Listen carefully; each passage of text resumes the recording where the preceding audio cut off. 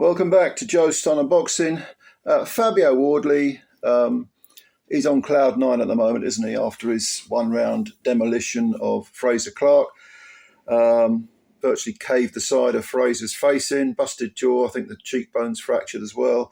So we're talking about a major statement really in a rematch by Wardley. Thankfully, Frazer's okay. He's on the mend, which is great. But where does this leave Wardley? What's next for him? Well, he will no doubt move up the rankings, even though I don't think Frazer was ranked in any of the ruling body's top 15s, at least the last time they were published. Nevertheless, before the Frazer Clarke rematch, Fabio was ranked in a couple of top 10s. So the win over Clarke, the manner of it may push him forward, push him up the rankings rather than the victory itself, because in order to move up the rankings, supposedly you have to be a fellow ranked guy. That's not always the case, as we know. But I thought we'd take a look at his current standing. Now, some of these may not be the most up-to-date ones, up-to-date rankings, but we'll go through them anyway.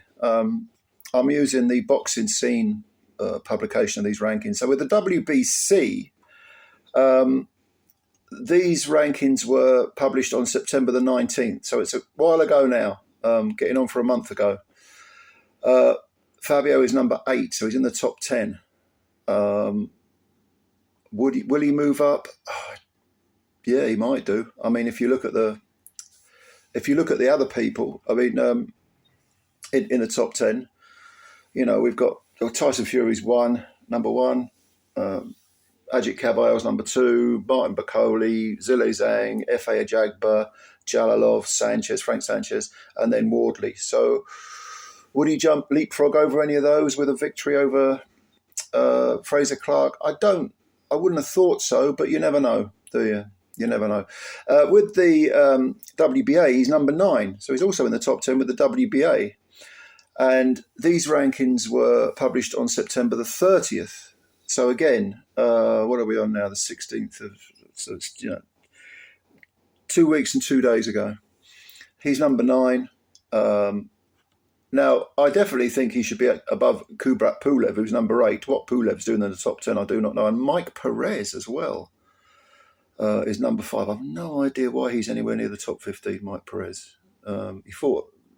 Hasn't he fought at cruiserweight sparingly for the last few years? Then you've got Michael Hunter at 3, Lenia Perro at 4. No, I mean, I think if you're going to put them in the top 5 or above Wardley, I don't agree with that at all. But then the WBA's rankings are just unbelievably stupid. So it is what it is, as the kids say. Then you've got IBF. This is probably the most interesting, ruling body, because it's the one belt that isn't owned by Alexander Usyk. He gave up the belt. Dubois picked it up and defended it against Joshua with a spectacular knockout. Wardley, as of October the 11th, so that is quite recent, that's less than a week ago, he is ranked at number 12. So we're talking possibly a jump up. I mean, Joshua, by the way, has fallen to number 8. Would you believe that? How the mighty have fallen. And 1 and 2 are not rated. I don't understand the logic behind that, but that's the way it is. Then you've got people like Frank Sanchez, who's been beaten. Zile Zhang is up there. Bakole's up there. Kabayel, Ajagba. Number 12, I mean, should he be above Derek Chisora after his win over Joe Joyce? I don't know. Otto Wallins at 11. Maybe he could move up a place or two. And then you've got the WBO. And again, these rankings are, I think, September the 24th. So that's, 3 weeks ago, roughly. And Wardley is number 8 in that. Now, so that basically means, by the way, Justice Hooney and Moses Atauma in the WBO are above Wardley. Yes, enough said. Jared Anderson's Jared Anderson's just outside the top 10, I think. I think he fell after his defeat to Bakole. But so you're talking about 3 of the sanctioning bodies where Wardley is in the top 10 and one where he's in the top 12. So he's looking good, even if you don't factor in the win over Clarke. Who should he fight next? Do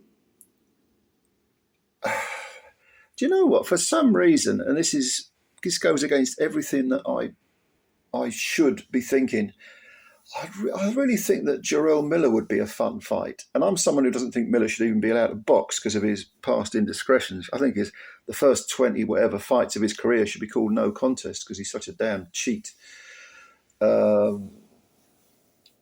It's difficult to know, isn't it? I mean, certainly if you look at the WBA with all their stupid rankings, the ludicrous placing of people like, Michael Hunter's at 3. What the hell he's done to be at 3, I don't know. Mike Perez at 5. I mean, Wardley maybe could jump up their rankings with one of those performances, but do people really want to see it? Derek Chisora versus Wardley? Food for thought, isn't it? I mean, Jared Anderson, I think, was mentioned by someone, and Frank Warren was asked about this in a Box Nation interview, and he said, yeah, that'd be an interesting fight, but he doesn't think Anderson wants it, and I suspect he might be right. I mean, Justice Hooney is in the mix. Justice Hooney and Wardley. That would be a good fight, yeah. Filip Hrgović has been mentioned. I would avoid Hrgović for now, and I'll tell you why in a minute. Jermaine Franklin is top 15 in the WBO, I think. I'm not sure about the other ruling bodies, but of course he has form against Dillian White and Joshua. Be interesting to compare and contrast. But when you look at Wardley, Wardley, he comes from, as you know, you probably know, he comes from a white collar background. I think he only had about 4 or 5 white collar fights. Now, clearly the man he has a natural fighting instinct, because when he smells blood, he gets stuck into you.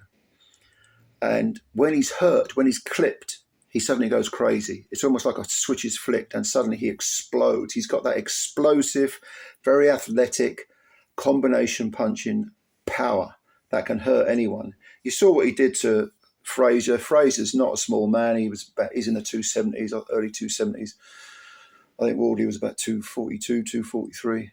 And yet Wardley just smashed through him. Once he clipped him, he smashed through him in a really savage manner. So he has the natural fighting instincts of someone who would make an ideal combat sportsman. There's no doubt about it. And like I say, he's very athletic and so on. What he lacks is obviously a bit of schooling, particularly defensively, because he is so cavalier. He's so in your face. He's so, I'm coming straight at you. You leave yourself open. Now, there is a message of hope for anyone who might be facing Fabio in the future. And that is, if you look at his earlier fights, and I know we're going back to the point, and he has made good progress, but he was clipped by Eric Molina, and that got his attention. And then he, like I say, the switch was flicked and off he went. And Nathan Gorman was having some success with him. And then Fabio, again, erupted right on poor old Nathan, and down goes Nathan. So that was a British title fight, wasn't it? But he can be clipped, and if you can hit someone, you can hurt them. I mean, God knows Joe Joyce showed this, with his so-called indestructible chin, and then Zhang knocked him flat, and Derek put him on the floor as well. Once cracked, the chin is never quite the same. I don't know whether that's a psychological thing or a neurological thing, a bit of both. But there is definitely room for a bit of hope from someone who is a durable, disciplined, strong, physically strong fighter with a bit of pop. If you can hit someone, you can hurt them. And that's why I think Hrgović, who's got a fantastic chin. I mean, the punches he took from Dubois and Zhang prove that. I think I would avoid him because I think he'd be able to outlast Wardley. Wardley has done the 12 rounds. He did it well against Frazer in the first fight. Like I said, the Jamel Miller fight, I just think would be a lot of fun. Derek Chisora, yeah, okay. Otto Wallin might be a good bet for Fabio. But But someone like a fit Frank Sanchez, because Sanchez, when he lost to Caballel, I think he had a dodgy knee. There was some sort of injury, but he didn't want to give up that big Riyadh payday. If he's fit and ready, yeah, I think that would be a good fight. I think Sanchez would beat Wardley, to be honest with you, a fit Sanchez. Bacoli, again, very, very big, tough man. Would be a fun fight, but I can't see that happening. I'd love to see it. I can't see it happening. Jalilov, yeah. I might pick Jalilov to beat Wardley. It's difficult to say because whenever you have someone who has an explosive performance, suddenly everyone's like, oh, this guy's amazing. Okay, but it was only one round against Frazer. And in fact, I think Fabio showed a lot more in the first fight because he fought through, I mean, I know it was cosmetic. His nose wasn't broken, but the blood was flying everywhere and he was being outboxed and he hung tough and so on. Guido Vianello, Italian, who's suddenly come good with a stoppage of Makhmudov. That would be an interesting fight because Vianello has a good chin and is quite crafty and might be able to outbox Wardley. But I'm going through all these names. Tell me what you think. Tell me how you feel. Who would you like to see Wardley face next? Leave your comments below and I'll give them a read. And yeah, thank you very much for watching the video. If you're new to the channel, you could subscribe. That would be a big help. Thank you very much. And also the like button, give it a little click. It's free, takes you a second. You'll be helping the channel out a great deal. Ladies and gentlemen, have a good day and I'll get you later. Bye for now.